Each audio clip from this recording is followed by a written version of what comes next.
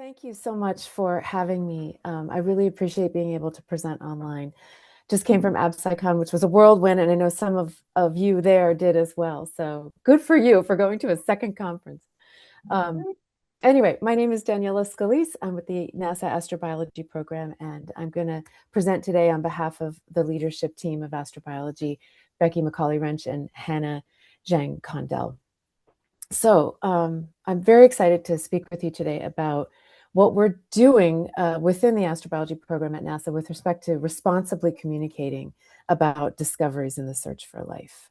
So this work, broadly speaking, started for us in NASA astrobiology about 6 years ago when, under the leadership of Mary Wojtek, when she and Jim Green, who was in the Office of the Chief Scientist at the time, myself, and you too, Linda, started coming together and looking at this idea of, okay, what do we need to do in terms of a protocol? Who says what to whom when the unambiguous, 100% confirmed announcement comes out? So we started working on that. We worked with various entities and tried to start to build an intergovernmental working group around it. Didn't make too much progress on that at the time, but ended up going off in a different direction from there. We went into talking about standards of evidence for scientific results. And then we went from there into communicating discoveries workshops. Some of you may have heard of that. So we kind of went back, we went off our original directive and into other directions. And now we're circling back to take it all on. And we've come into, over the many years, over all that work and many, many discussions, into what we're calling discovery communications. And we're going to talk today about some initiatives that we think the lessons learned and calls to action from all of that work fall into sort of maybe 4 initiatives that hopefully we can all work on together. We're sort of culminating these into a strategic plan going forward. So these initiatives can be described this way: multidisciplinary, collaborative, long-term initiatives that contextualize and calibrate the confidence of life detection-related scientific results toward the appropriate, responsible, successful communication of both the confirmed detection of extraterrestrial life as well as all the scientific results along the way. So there's a lot going on. Hopefully, it'll all make sense as we walk through these sort of emerging strategic initiatives. But first, just a note on sort of our position as NASA Astrobiology in this. We're kind of in a very central space with respect to this. A lot of the discoveries are coming from NASA-funded research. So we've been standing at these multiple crossroads for a long time. We've been working on the institutional press releases and press conferences. We've seen the action on how those get crafted and what words are chosen and the effects of those things. We've been holding decades of lessons learned from ALH to Chayava Falls, just seeing it all unfold in real time in our labs. And again, the likelihood is high because of our position. We're seeing that the likelihood is high that the discovery will come from a NASA team or asset or NASA data. So regardless of our position, our approach is that this work has to be done in community and collaboration. We have to have relationships, partnerships, networks, collaborations in order to coordinate what we do and make sure everybody's on the same page at the same time as best we can, knowing that that's not fully achievable. So using the word responsibility a lot, and we don't hear that word very often. So we're framing our entire approach to this around responsible discovery communications. So why? A few reasons. This first one is a direct quote from Tori Holler's Cold Scale paper. The detection of extraterrestrial life will likely be neither instantaneous nor unambiguous. So that means the result is probably going to be pretty complex, like maybe it's some sort of isotopic signature in a 3 billion-year-old rock.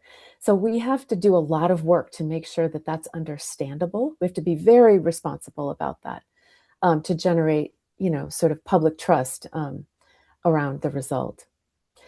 As you know, it's a high-stakes scientific achievement with high public interest. We really have to do this well. The stakes are really, really high. And to me, most importantly, why responsibility is the knowledge of life beyond Earth has the potential to affect shifts in human consciousness and cultural belief paradigms. So The producers and the caretakers and communicators of this knowledge have tremendous responsibilities to ensure that not only the scientific results are rigorous and accurate, but the way the information is conveyed reflects thought, care, and respect for its impact. Okay, so here are the sort of potential strategic initiatives we're formulating after having been on this journey in earnest for so long.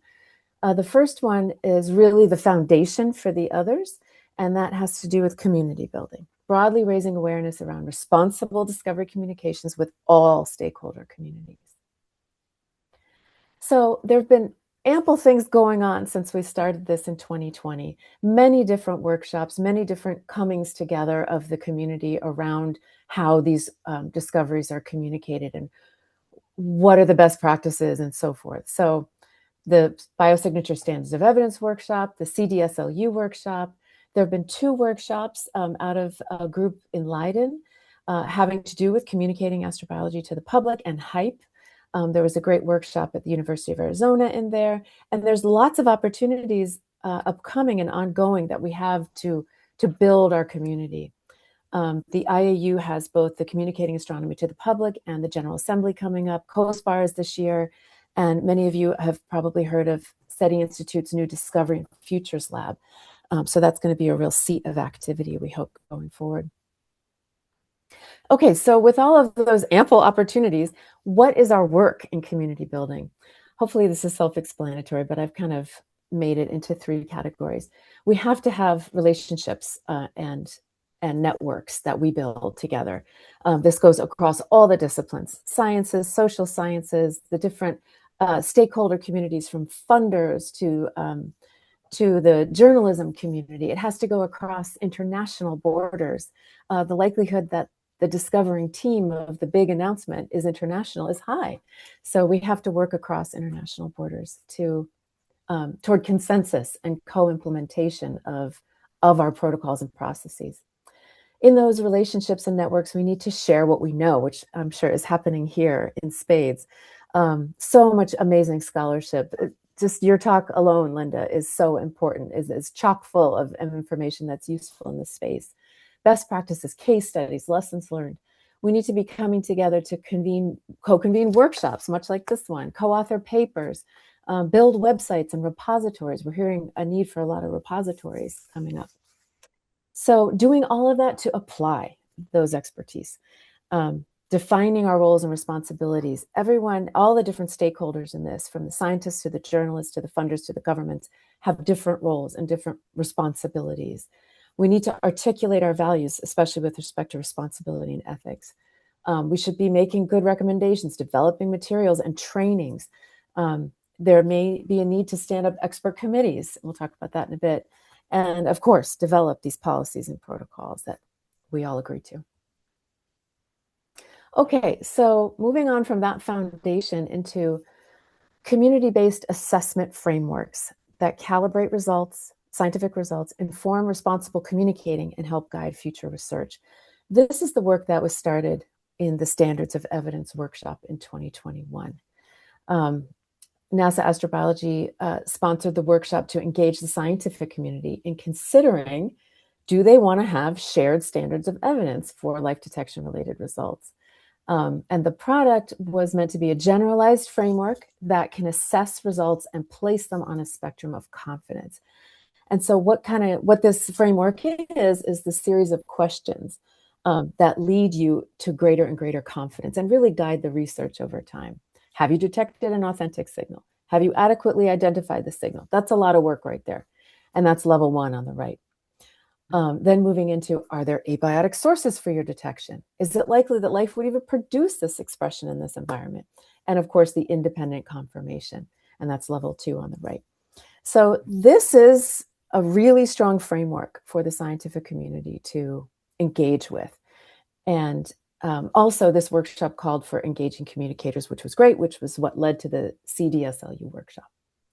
Around the same time, a few of us worked on a paper called Call for Framework, Call for this framework for reporting evidence for life beyond Earth, which basically was turning those ideas into a scale concept. It's based on the technology readiness level scale that's in use to move instruments up their readiness.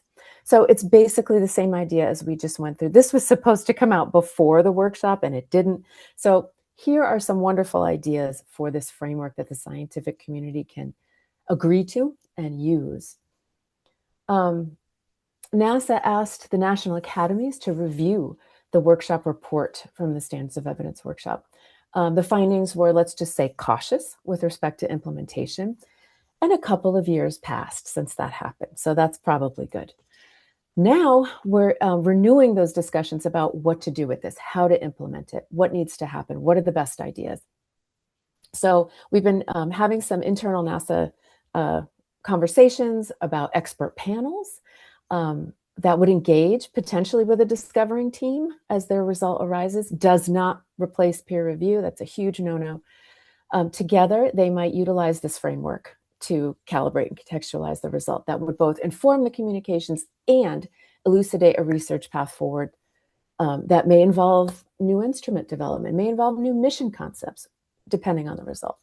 So this is not meant to be, punitive, or your result is bad, or these panels are not meant to vet the science of the result. It's just to utilize the framework toward these goals. So the next step here is probably to further refine the standards, make sure they work for all different kinds of results, and co-create a community-based implementation plan. All right, let's go to protocol development. We'll make this one quick because I want to spend hopefully the rest of my time talking about cross-cultural engagement. This is where we started, the official plan for who says what to whom, when, and how. It needs to absolutely, I hope you all agree, it needs to be cooperatively developed. Certainly within the US, we have to work across government agencies, must work internationally, intergovernmental, space agencies, organizations like COSPAR, UN, IAU. We have so much to learn from you, Linda, especially on those UN initiatives. Many, many complexities here, one of which is who is on the discovering team? Is it solely NASA people in the US? Is it a NASA-funded team at a university in the US? Is it any team anywhere using data collected with NASA assets? Or is it any team anywhere that didn't use NASA-based data? Or is it a combination of these things? So that just opens the portal to why we have to have so much cooperation and collaboration and consensus. We need to learn from what's already out there. SETI, of course, has been down this road and just made an update, I believe, to their Declaration of Principles. And of course, NASA's planetary defense work has a communications protocol, very different, but similar enough, I think, to learn from. Is our next step standing up some working groups? I hope so. International, cross-cultural, so we can make progress on the protocol. Okay, cross-cultural engagement. So, as you know, astrobiology is often communicated as a universal human endeavor, but I think probably everyone in this room agrees that society, there's no such thing as a universal human endeavor. Society is not universal. We often frame astrobiology as addressing humanity's biggest questions. Are we alone? Where do we come from? But this suggests a shared curiosity and a common future, which may not be real, probably isn't real.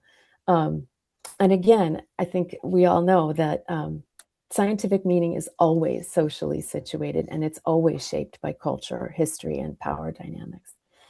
So astrobiology and the search for life is actively claiming to be working on behalf of humanity, and this is disingenuous. It's being done by institutions, media systems, and epistemic traditions of the global North and of the Western culture.